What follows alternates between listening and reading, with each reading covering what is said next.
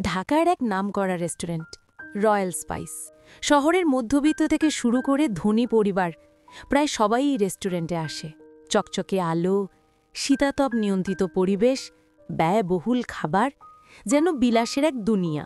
সেই রেস্টুরেন্টের দরজার সামনেই দাঁড়িয়ে আছে এক যুবতী মেয়ে, মায়া।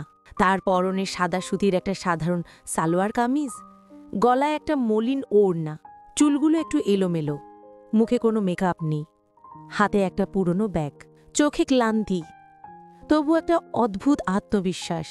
মায়া অনেকক্ষণ ধরে রেস্টুরেন্টের ভেতরে তাকিয়ে আছে, হয়তো ভাবছে যাব কি যাব না, কিন্তু শেষ পর্যন্ত সাহস করে ভেতরে ঢুকল। ভেতরে ঢুকতেই তার দিকে কৌতূহলী চোখে তাকালো রিসেপশন ডেস্কের মেয়েটি। চকচকে আউনিকম পরা ওয়েটাররা ব্যস্ত, কিন্তু মায়াকে দেখে যেন কিছুটা অস্বস্তি পেল। আপনার কি লাগবে মিস? রিসেপশনিস্টের কণ্ঠে ঠান্ডা ভাব। আমি খেতে এসেছি, মায়া মৃদু হেসে বলল। ও, আপনি খেতে এসেছেন? রিসেপশনিস্ট একবার তার পোশাকের দিকে, একবার তার ব্যাগের দিকে তাকিয়ে হালকা ঠোঁট বাঁকিয়ে হাসল। টেবিল বুক করেছেন? না, করিনি। আমাদের টেবিল বুকিং ছাড়া বসা যায় না। আজকে তো ফুল বুকড। মায়া একটা হতবাক। চারপাশে তাকিয়ে দেখে রেস্টুরেন্টে অনেক টেবিল খালি, কিন্তু আমি দেখছি ওখানে টেবিল ফাঁকা আছে। ওগুলো ভিআইপি রিজার্ভ মিস। মেয়েটা কথাটা এমনভাবে বলল যেন গরিব শব্দটাই উচ্চারণ করেছে। মায়া কিছু না বলে চুপ করে দাঁড়িয়ে রইল। ঠিক তখন পেছন থেকে এক ওয়েটার এসে বলল, আচ্ছা আপা, আপনি কি বাইরের প্যাকেট নিতে এসেছেন? টেবিলে বসা লাগবে না তো? চারপাশে কয়েকজন গ্রাহক মুচকি হাসছে।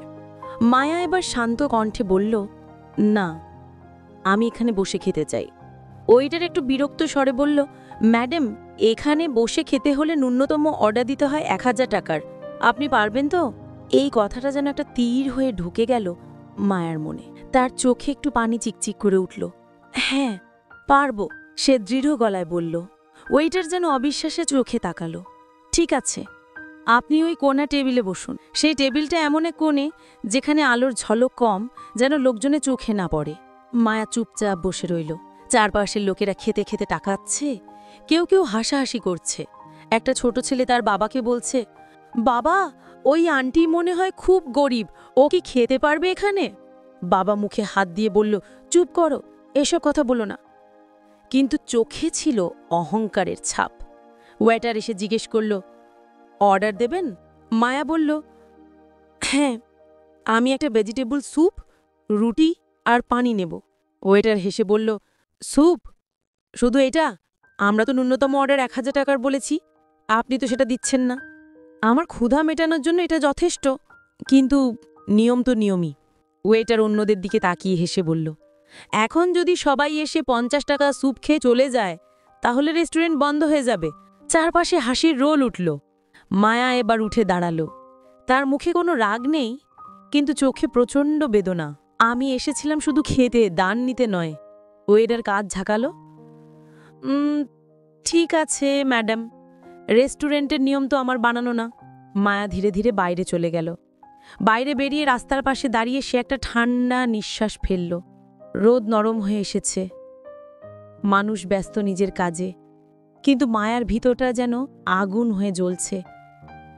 মানুষ কি কেবল পোশাক দেখে বিচার করে? নিজের মনে প্রশ্ন করল। কয়েক ঘন্টা পর সন্ধ্যা নামতেই রয়্যাল স্পাইস রেস্টুরেন্টে হঠাৎ হইচই শুরু হলো। কিছু মিডিয়া, ক্যামেরা, কয়েকজন রিপোর্টার ভেতরে ঢুকেছে। রেস্টুরেন্টের মালিক মায়া ইসলাম, ঠিক সেই মেয়েটি যাকে কয়েক ঘন্টা আগে গরিব ভেবে অপমান করা হয়েছিল, এখন প্রবেশ করলেন। কিন্তু এবার তিনি চেনা মায়া নন। পরনে ব্লেজার, চুল বাঁধা, মুখে দৃঢ়তা, সবাই হতবাক। ওয়েটারও একে একে নিচু হয়ে দাঁড়ালো। রিসেপশনিস্ট তো প্রায় কেঁদে ফেলল। আপনারা জানেন আমি কে? ম্যাডাম, আপনি আপনি আমাদের মালিক? কেউ একজন তোতলাতে লাগলো। হ্যাঁ, মায়া বললেন, আজ আমি আপনাদের পরীক্ষা নিতে এসেছিলাম। জানতে চেয়েছিলাম একজন অচেনা সাধারণ পোশাক পরা মানুষকে আপনারা কেমন ব্যবহার করেন। আর আজ আপনারা আমাকে যা দেখালেন তা শুধু আমার নয়, মানবতার জন্য লজ্জার। রেস্টুরেন্টের কর্মচারীরা মাথা নিচু করে দাঁড়িয়ে। মায়া বললেন, এখানে খাবার দামি হতেই পারে, কিন্তু সম্মান সবার জন্য সমান হওয়া উচিত। একজন মানুষ যত দরিদ্রই হোক, সে সম্মানের দাবিদার। একটু থেমে তিনি বললেন, আজ থেকেই রেস্টুরেন্টে একটা নতুন নিয়ম হবে, যে কেউ এখানে আসবে সে ধনী হোক বা গরিব সবাই সমান সম্মান পাবে। আর প্রতি শুক্রবার রেস্টুরেন্টে দরিদ্রদের জন্য ফ্রি মিল ডে থাকবে। চারপাশে নীরবতা। ওয়েটাররা চোখ মুছে ফেলল। রিসেপশনিস্ট কাপা গলায় বলল, আমাদের ভুল হয়ে গেছে ম্যাডাম, আমরা জানতাম না। ভুল সবাই করে, মায়া হেসে বললেন, কিন্তু যে ভুল থেকে শিক্ষা নেয় সেই মানুষই বড়। সেদিন রাতের খবরের শিরোনাম ছিল, রয়্যাল স্পাইস রেস্টুরেন্টের মালিক নিজের কর্মচারীদের মানবতা শিখালেন। মায়া জানালার পাশে বসে সংবাদটা দেখছিলেন। বাইরে মরণ বাতাস বইছে, তার মুখে একটা শান্ত হাসি। সে মনে মনে ভাবল, সম্মানটা টাকা দিয়ে কেনা যায় না, সেটা হৃদয়ে জন্মায়। রেস্টুরেন্টে যারা সেদিন মায়াকে তুচ্ছ করেছিল তারা এখন বুঝেছে, একজন মানুষকে তার পোশাকে নয়, তার আচরণে বিচার করা উচিত। আর মায়া প্রমাণ করল, গরিবের মতো দেখতে মানুষটা আসলে সমাজের আয়না দেখিয়ে গেল। গল্পটা কেমন লেগেছে তা কমেন্ট করে জানাও। আর যদি ভালো লাগে তাহলে লাইক, কমেন্ট এবং শেয়ার করে দাও। আর পরবর্তী ভিডিওর জন্য চ্যানেলটিকে সাবস্ক্রাইব করে দাও।